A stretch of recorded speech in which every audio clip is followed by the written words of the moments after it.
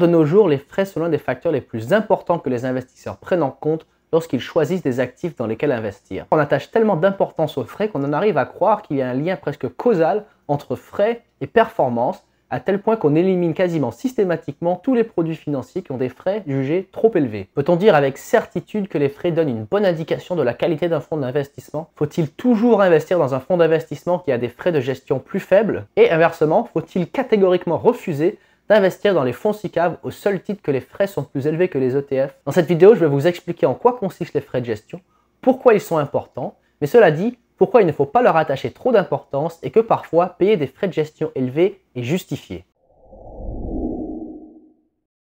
Avant d'aller plus loin dans la vidéo, il faut d'abord expliquer clairement en quoi consistent les frais de gestion. Les frais de gestion représentent l'ensemble des charges et des coûts qui sont liés à la gestion d'un fonds d'investissement. Les frais sont exprimés en pourcentage d'un montant d'investissement donné. Par exemple, si votre investissement vaut 10 000 $ et que vous payez 10 $ de frais, les frais de gestion sont de 0,1%.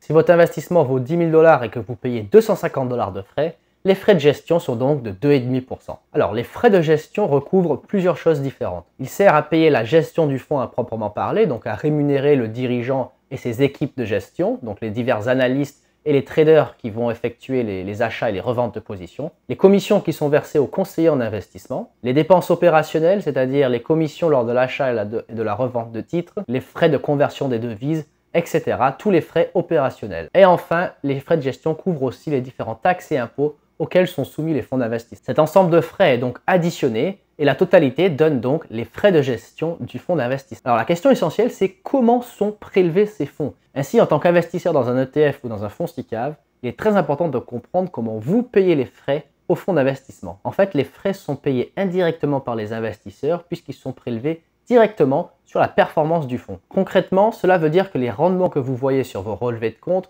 sur les pages de sites internet comme Boursorama ou justetf.com sont des rendements nets de frais. Un fonds d'investissement va générer une performance brute annuelle, les frais de gestion vont être prélevés sur cette performance brute et la différence sera le résultat net qui sera communiqué aux investisseurs. Si vous voyez sur votre relevé que votre fonds d'investissement affiche un rendement de 10% cette année et que les frais de gestion sont de 1,5%, en réalité, votre fonds a généré un rendement brut de 11,5% auquel ont été prélevés les 1,5% de frais, ce qui donne donc le résultat net de 10% de rendement. Ainsi, en tant qu'investisseur, sur votre relevé de compte, vous ne voyez que la performance nette du fonds. Cela dit, la réglementation est en train d'évoluer et cela pourrait changer à l'avenir, de sorte à ce que vous voyez la performance brute du fonds, les frais qui sont prélevés et ainsi la performance nette après déduction des frais. Pour consulter les frais de gestion des fonds dans lesquels vous investissez ou dans lesquels vous souhaitez investir, le meilleur endroit où consulter les frais réels des fonds d'investissement dans lesquels vous investissez, c'est sur les documents officiels et sur la page officielle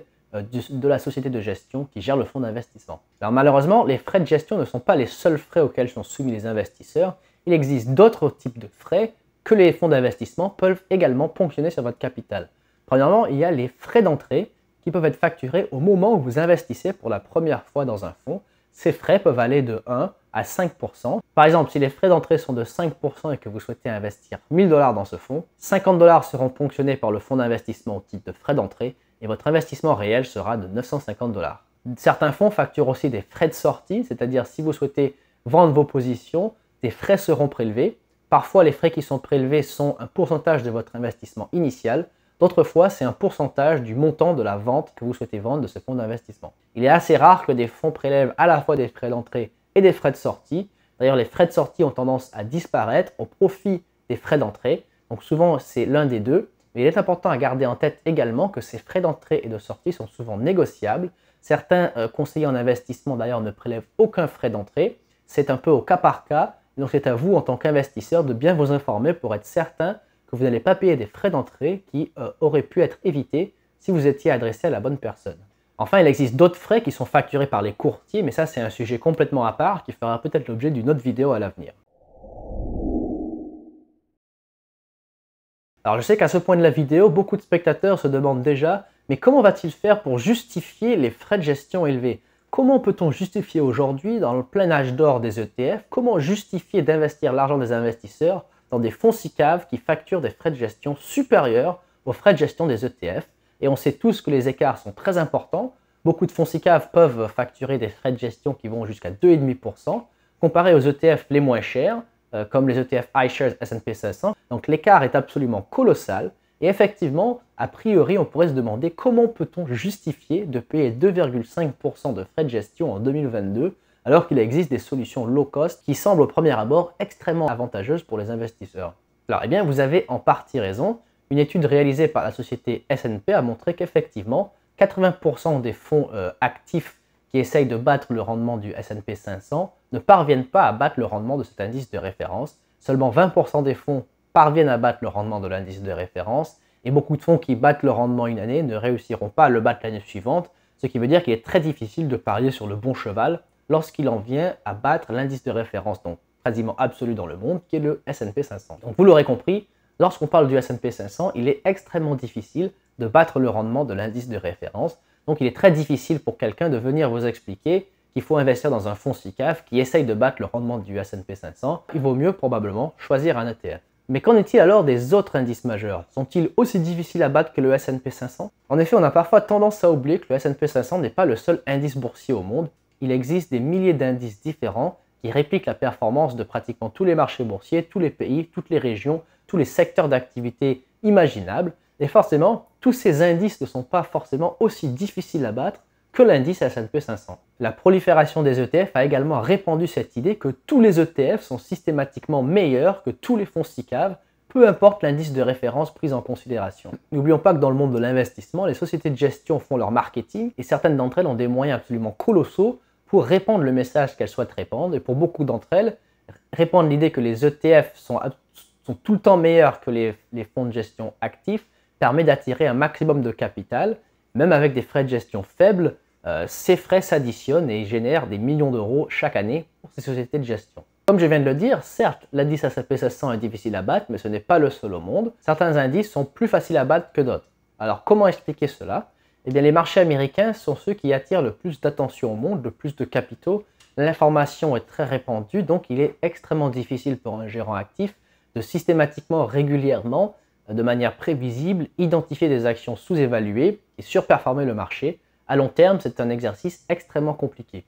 Mais pour d'autres marchés, un peu moins connus, où il y a moins d'attention d'investisseurs, où l'information n'est pas aussi accessible et répandue, il y a beaucoup plus d'opportunités pour les gérants actifs d'aller dénicher des actions sous-évaluées, attendre que le marché s'en rende compte et ensuite bénéficier de cette alpha de performance pour superformer l'indice. Je vais donc vous citer deux exemples qui permettent de démontrer cela. Premier exemple, on va prendre l'indice MSCI World Information Technology.